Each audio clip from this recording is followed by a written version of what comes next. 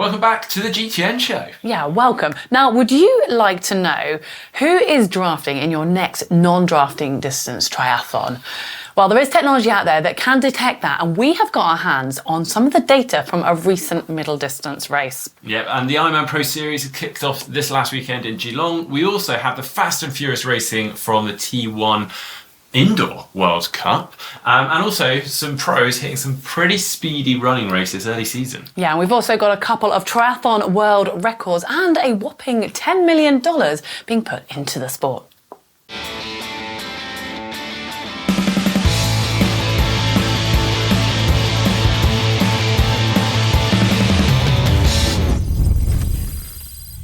Well, before we get into the meat of the show, did you see that Beth Potter ran an insane 10K this weekend? I did, yeah. Just a casual 31.15 each, but on her first race in 4 years, or over 4 years on the road. And yeah, she says a lovely Sunday with the support crew. I mean, that is quick, isn't it? She says, stay tuned for what's next. We are definitely tuned. I think it's a little bit of a, posting the times battle between her and Cassandra. We saw Cassandra with that 5K time, about a month ago.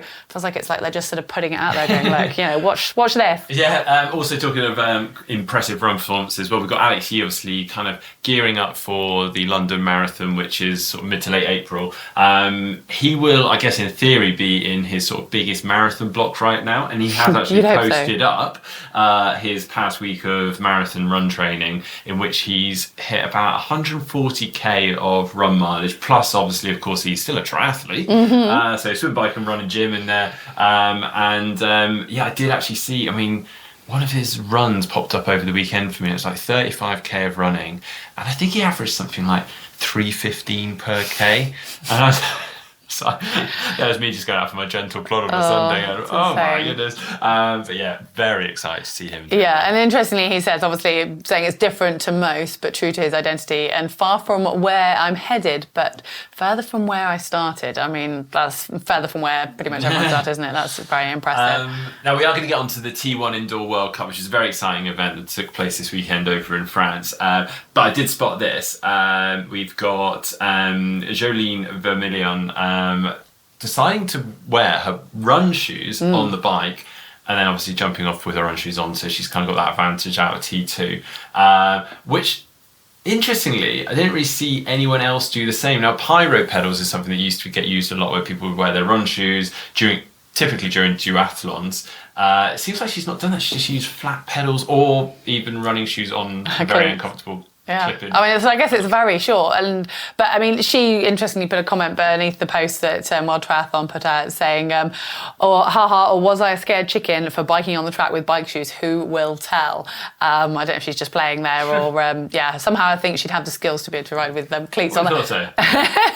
But yeah, it seemed to work. She had a good race, but we'll be coming to that later, like Mark said. Yeah, also been a bit of noise this past week because Gustav Iden and Christian Blumenfeld, who are, it'd be stupid not to be having a watchful eye on them and what they're doing this next season. Well, they have just announced their Ironman schedule for the year. Interestingly, they've kind of announced it together, so we can't really decipher if they are both doing the same events or this is the schedule between them. But it's going to be start with 70.3 Oceanside. We've got Ironman Texas, 70.3 Aix-en-Provence, full Ironman Frankfurt, and then we've got the Ironman World Championships in Nice, and then the 70.3 World Champs in Marbella. Yeah. A good schedule, isn't it? It is, and I think as well as those two, I think Casper Stones is part of the squad, and I've heard that they are all doing all the same races, which is interesting team tactics when it's not a team event. We'll see if someone eventually steps down, if they're constantly coming third in that group. You might be like, I kind of like to go and win a race, maybe I'll do something different. Who knows? Well, there's one that I've spotted here. There is a world record attempt currently happening for the world's highest triathlon, I think you could call it. Mitchell Hutchcraft is currently, he's completed the triathlon part. He's swam the English Channel. He has cycled 12,000 kilometres. So he's run to Nepal, and now he is finished the triathlon aspect per se, and he's going to hike to base camp and then climb Mount Everest to reach the summit of the highest point in the world. Wow. I don't know how I hadn't come across this sooner. Hats off, absolutely amazing. Obviously, the first thing I'm thinking is, why? Why? Apparently, he is aid a charity. It's for awareness of SAVSIM, which I hadn't heard of before. Wow. But basically, it's an amazing organisation apparently that supports veterans and other emergency service people by providing animal-assisted mental health courses using nature and various other things for veterans. Yeah, I mean, you've got to have a pretty good reason to be doing it, like you say. But I've seen quite a lot of the clips early on. He was actually doing it with his dog as well. His dog didn't do the swimming part, but he was on some of the cycle bit and on some of the run, which is pretty cool. And you can see him in his profile picture. But don't imagine the dog is going all the way up to Everest. But we'll have to keep an eye. On to the Tri News, and the PTO, Professional Triathletes Organisation, has just announced that Cordillera Investment has made a $10 million investment in the triathlon entity this past week. Yeah, and you're probably wondering who are Cordillera. Well, they were founded back in 2014, and in their own words, they say that they focus exclusively on niche, non-correlated assets, if that means much to you, such as they have in the past invested in spirits, in boat marinas, wireless spectrum, media and entertainment. And now they are moving into global sports, and one of which is our chosen sport. It's quite a diverse catalogue. Yeah, I like the spirits and the boat marinas definitely paints a different picture to triathlon in my mind. I mean, it's fantastic news. I guess the thing that probably most of us are questioning and wondering is, obviously, the PTO and the T100 series they were trying to make it a business and kind of sustainable, and fantastic that they got this investment. I'm really excited to see where it takes them. But yeah, I guess we'd like to see it maybe. Come on, Mark, say it. I think we all know what I'm saying. Anyway, it is great news. Now, moving on, Billy Munger, a name that many of you will be familiar with. He set an incredible new Ironman World Championship record just last year in Kona, becoming the fastest double-leg amputee, and broke that previous record by over 2 hours. Yeah. Now, actually, here in the UK this past week, there was a full feature-length documentary that went out on TV for Comic Relief, which I've got to say I haven't yet watched because I've been travelling this past week, but it is on my to-do list. I'm absolutely really looking forward to seeing that. They, to this point, although it's still going up, have raised over £1.3 million for the Comic Relief charity. Now, he's just announced something pretty big on his Instagram. Yeah. 2028. Yeah, I mean, that is very cool, isn't it? So he is now turning his eye to become, I guess, a professional short course athlete. It's almost like the other way to what people go, and he has got his eyes on the Paralympics in, less than 4 years, just over 3 years' time now. Yeah, I mean, he says, so glad to finally be able to share this news with you. I'm truly excited what's to come and grateful to have you all in my corner. Turns out there's a new chapter to write, and it begins now. I've got no clue if this is even possible, which does make me feel scared, honestly. But I'm willing to test my limits. I'm willing to welcome failure along the way with open arms in order to get closer to achieving what I believe I'm capable of deep down. Day one, on the road to LA 2028. Here we come. Yeah. Wow. I mean, I believe it's possible for him. I think, the fact that how he absolutely smashed that record, it's going to be an interesting, another athlete to watch over the next Olympic cycle. Yeah, absolutely. Now, on to some pretty interesting news this first week. So, as we reported just this last month, the Race Ranger, the draft detection system, was used for the first time in amateur racing with, I think it's around 255 athletes in Challenge Wanaka. Now, amazingly, they've shared all this data with us. Yeah. Well, what's interesting about this data is the same data that the PTO and Ironman get at all their races for the pro field.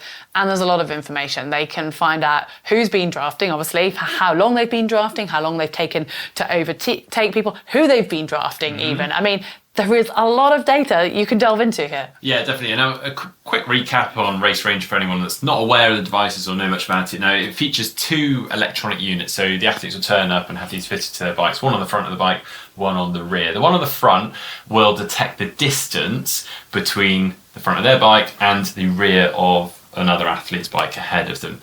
The device on the rear actually incorporates some lights on there. So when you are the athlete riding behind, you can see whether you are encroaching on the draft zone and if in fact you are in the drafting zone.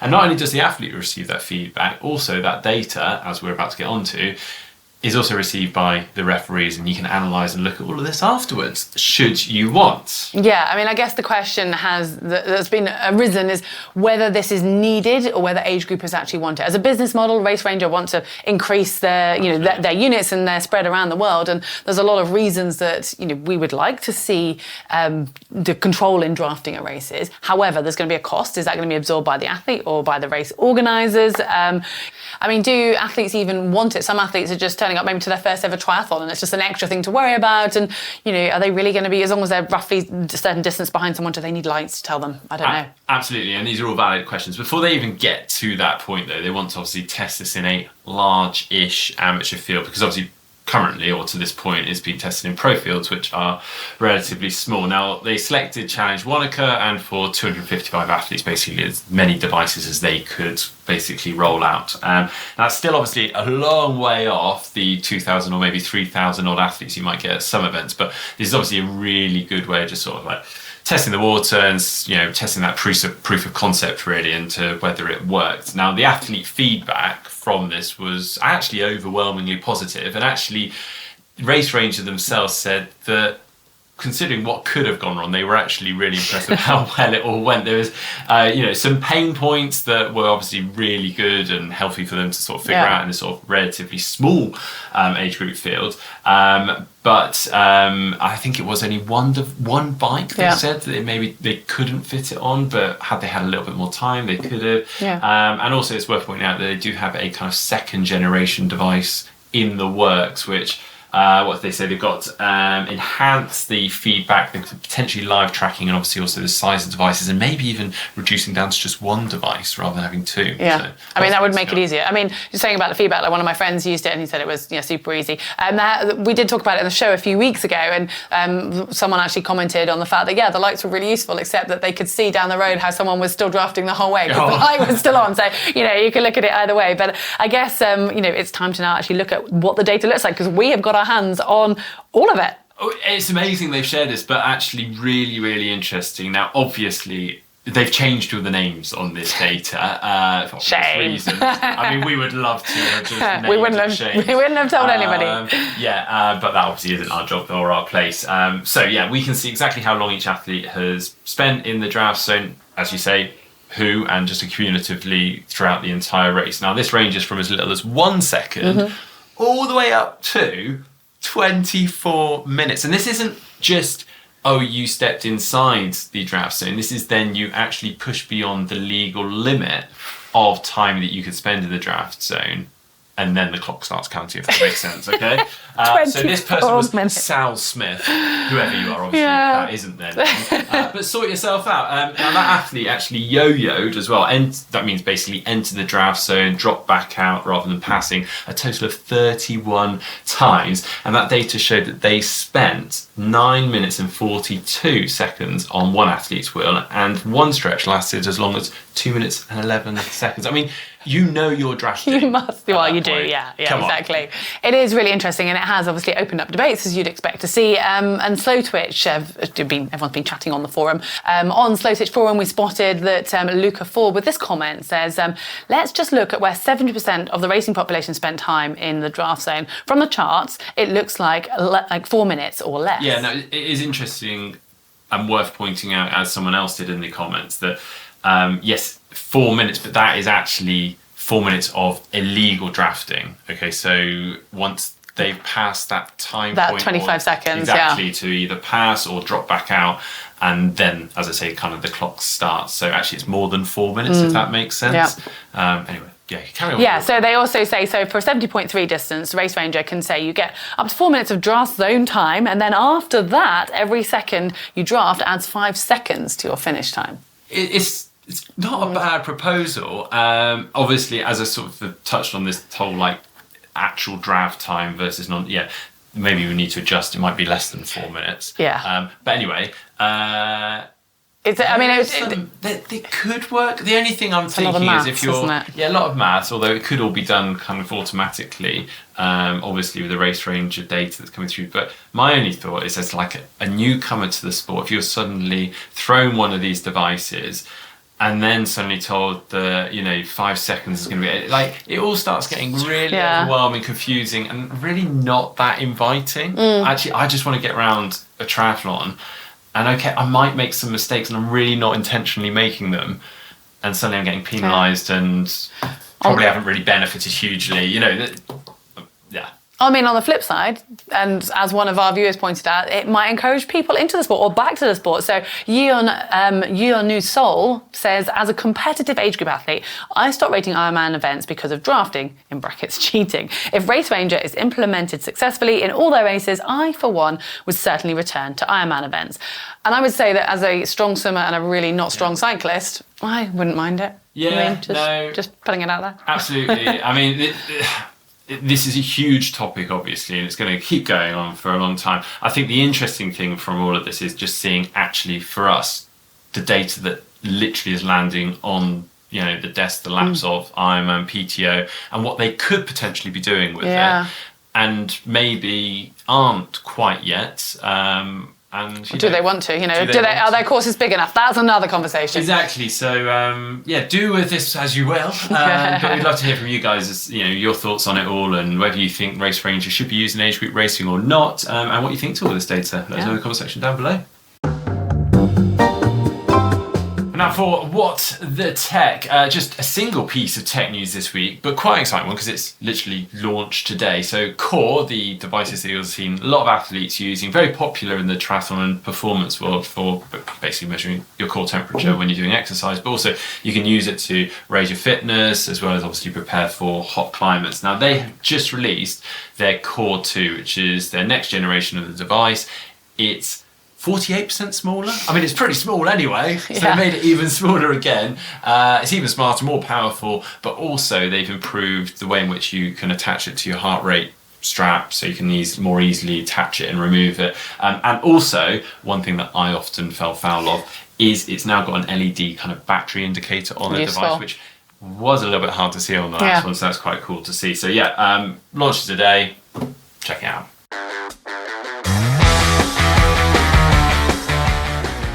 Okay, on to the race news. Start off with a really cool race, actually. I love this race. It's the Levin Cup. It's now called the T1 World Cup. World Cup? Yeah, I think you're right. Anyway, they build up basically a swimming pool in the middle of an athletics track.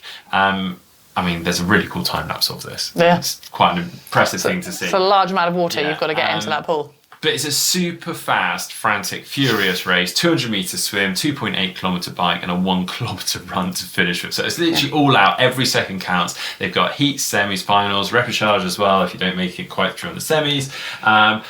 So on to the men's race. Mitch Kolkman, who actually was the fastest swimmer in last year's final, he led out the swim in this final and really just hammered the pace. So Hayden Wild was 14 seconds down after 14 seconds down after the first swim, which may not sound like much, but that's just way too much. It looked a lot. If you're think it's a 200 metre track, you go a long way in 14 seconds when you're on the bike. Yeah, so basically there are three guys off the front. You had Kolkman, you had Anton Duval and Henry Graff, and they basically just stayed away onto the final 1 kilometre run, and that was just enough for them to stay away. I think Hayden did actually manage to rein in a tiny bit. I think by the time it came out T2, there's around 11-second gap, but that just isn't enough. Over 1 kilometre. Yeah, you've got 2 minutes 40 something to do a lot of damage. Yeah, exactly. So the guys literally came down to a sprint finish. Henry Graff took the win ahead of Antoine Duval, and then Mitch Kolkman took third. Yeah, and Hayden Wild actually had the fastest bike and the fastest run, and still only finished fifth. But I don't think that's his main focus this year. So I'm sure it was. No. Yeah, he would have enjoyed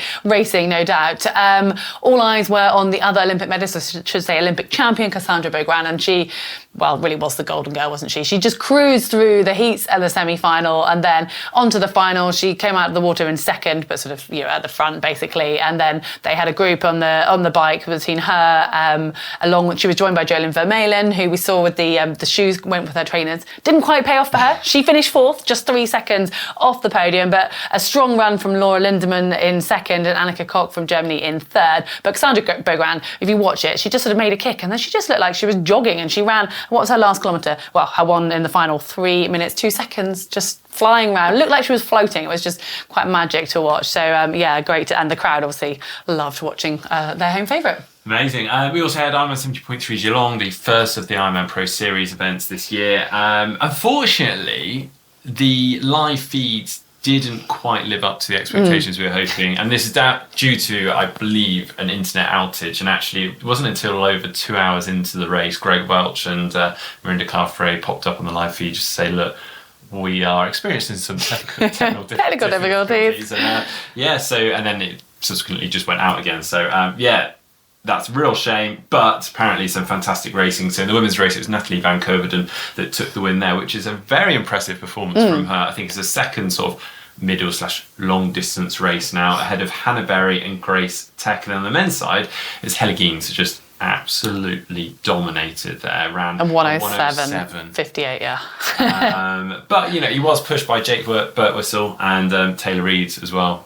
Some pretty impressive racing there. And Cam Worth was also on that start line. We talked about him last week in the show from his packed schedule. Well, his packed schedule's already changed. He did race at Geelong. Sadly, we didn't see him really feature because he had bike technical issues. So turns out that his bike was basically stuck in one gear. He had issues the night before, thought he'd solved it. Turned out that morning he hadn't, but he's still... It's because he's so busy, he hasn't got time to charge his VO2 or something. Yeah, well, maybe he's going to be ready for Oceanside because he's now skipping South Africa, which it kind of makes sense. And we weren't quite sure how he was going to get to South Africa even and then get over to Oceanside. So he's going just straight back to Oceanside to hopefully race well there. Fair enough. We're talking of Ironman South Africa. Obviously, we're gearing up to this coming weekend, and some pretty exciting racing. We've got the start list now. So Martha Sanchez, Maya Stage Nielsen, Els Visser, Ruth Hassel, amongst many others, going to be heading there on the women's side. And then on the men's side, we've got Magnus Ditlev, Martin van Riel, Leon Chevalier, and Rasmus Svenningsen, which, again, is going to be some pretty exciting racing. I think all eyes are going to be on Magnus, aren't they? See how he's coming out this season firing. Yeah, and also one other very exciting competitor, or multiple competitors, James from our team is heading out there too.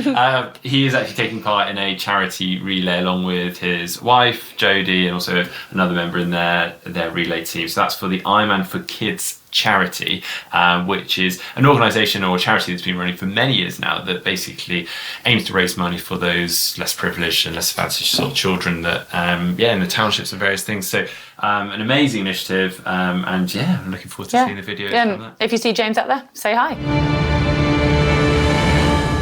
All right, it's now time for Try Spy, and last week we went back to a pro's nose, and we had this one, which got lots of you guessing, and not many of you guessing right. Well, I wasn't on the show last week, and I've got to say, I have no idea who this is. I just can't figure it out. I mean, I'm presuming it's a man. Yeah, but don't listen to me because I don't know either. Our editors get to choose this. So, and it looks like you guys didn't really know. We had Mitchell Atkins saying, is it yellow beans? And also we've got yellow geens from Ms. Michaela.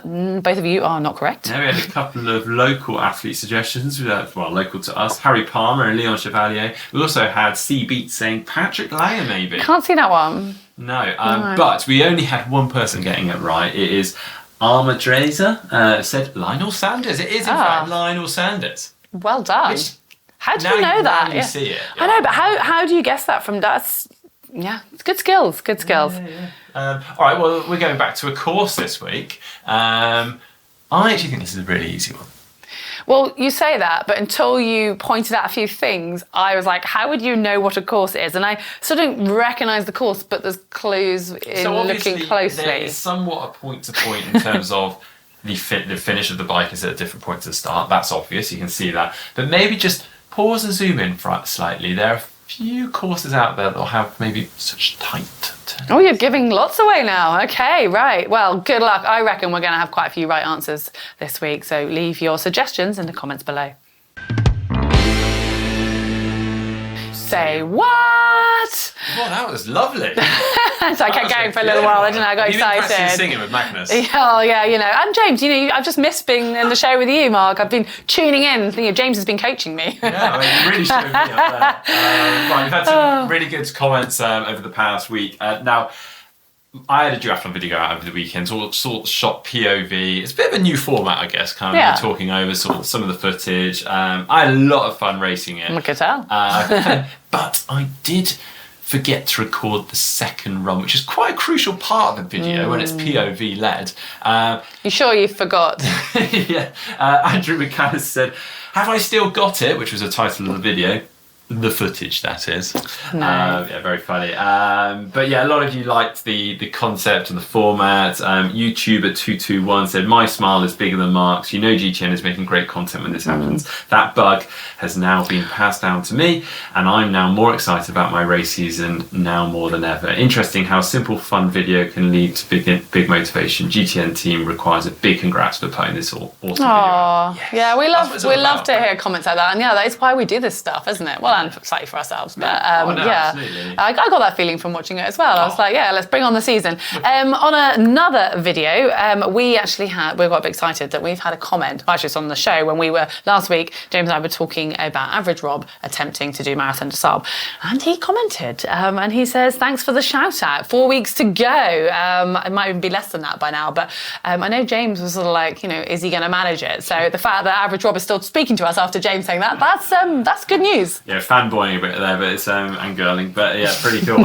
Also coming up this week, then we've got Heather's comeback half marathon. It's not quite as impressive a comeback as yours, though, Mark. But yeah, I'm doing a half marathon. Or I did one. It is more impressive. It's amazing.